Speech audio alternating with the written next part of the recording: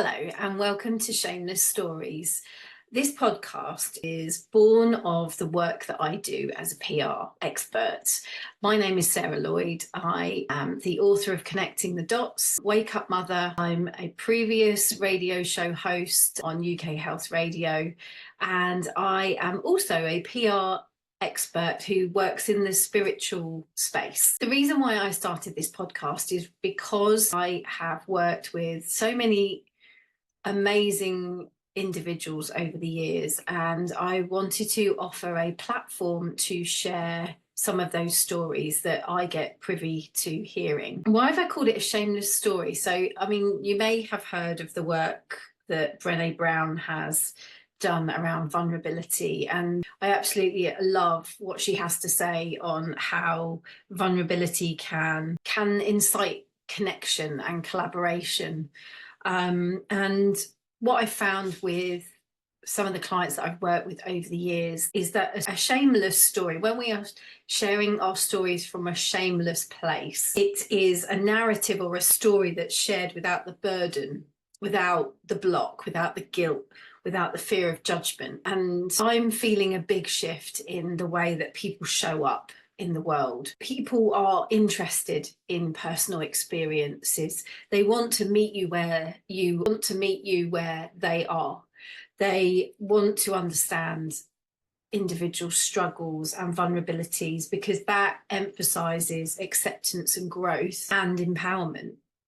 The importance of vulnerability is to emphasize that it's a courageous act. It can connect people that you may never have connected with before. It opens up what schools of thought you may never have been available to before.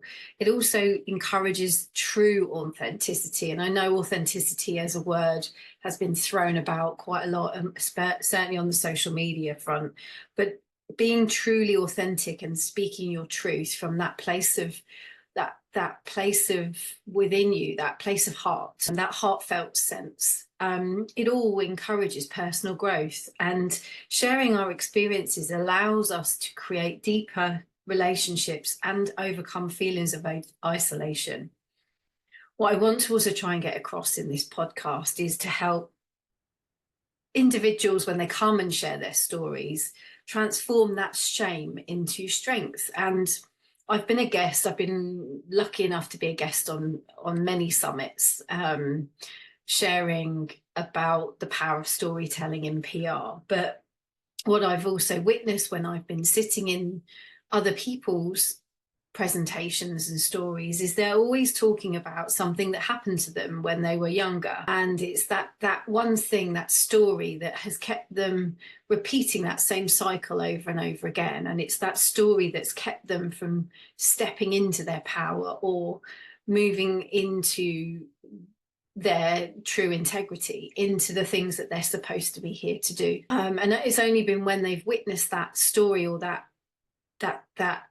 narrative they've told themselves that they realize that actually it's not true, and that you have the power to change that within yourself. So I come at it from storytelling from a PR perspective, so that it amplifying your story in a way that feels good and powerful.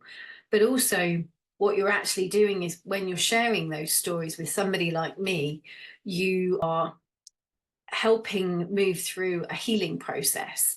They become this place of empowerment. And when we frame our narratives or our stories from this place of power, and I always talk about sharing from the scar, not the wound, and I can talk about that in more detail. But when we come from that place of, it's kind of, we've got that detachment from the story. It's not dictating who we are anymore. We can actually inspire and support others who are facing similar challenges or are caught in a similar narrative.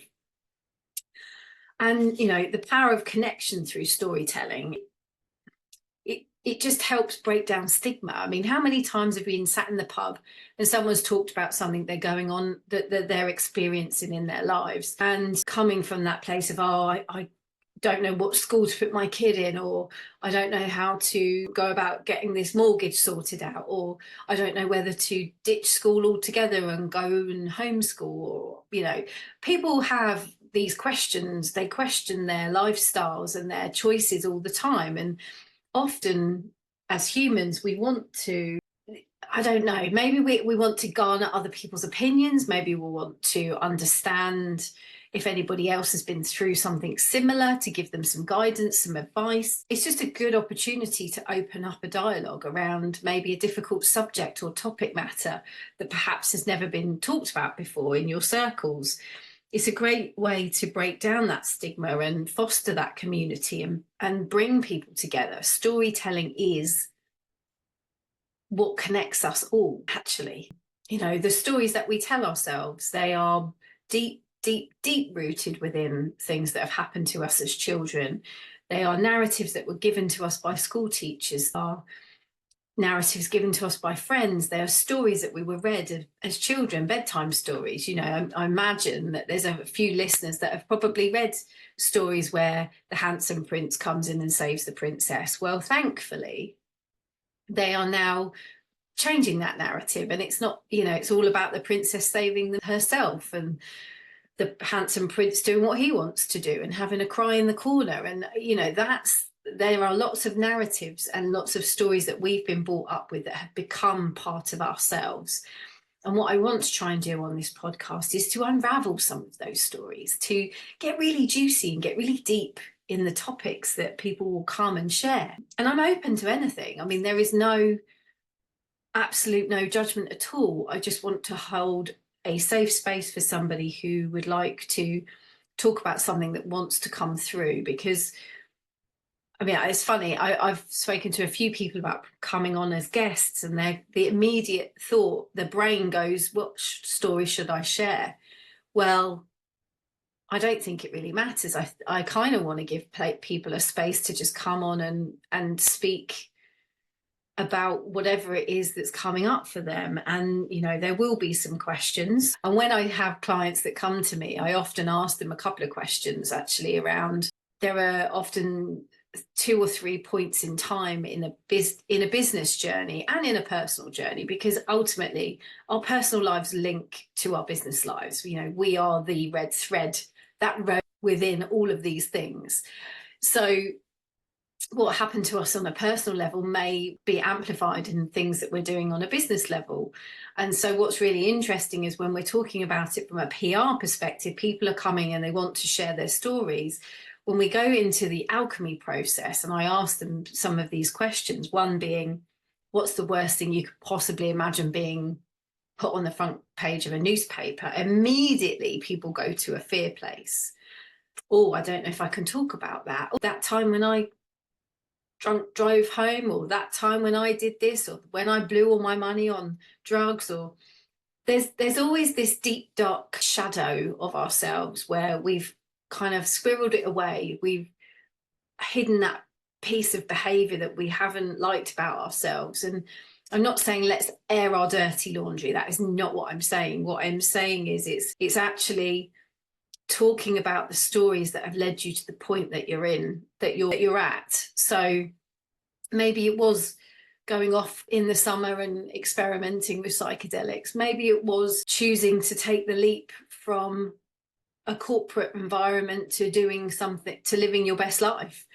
You know, there are moments in time that might seem really insignificant to you because they happen to you, and that happens to everyone, right?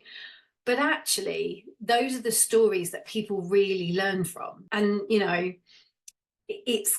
I had a client, and I'm hoping she will join me on this podcast to tell people more about her story. But her story was very deep in the fact that so much had happened to her, so much had been holding her back, but also she'd done so much work to step through those issues. And that was the powerful piece for me, in that it's not about the problem that we're kind of sitting in, or the problem that we faced. It's how we dealt with it afterwards and how we confronted it. And that then builds resilience, right? That shows hope, that helps people to realize that the road less traveled is available to everybody, because, oh yeah, that girl did it, so why can't I?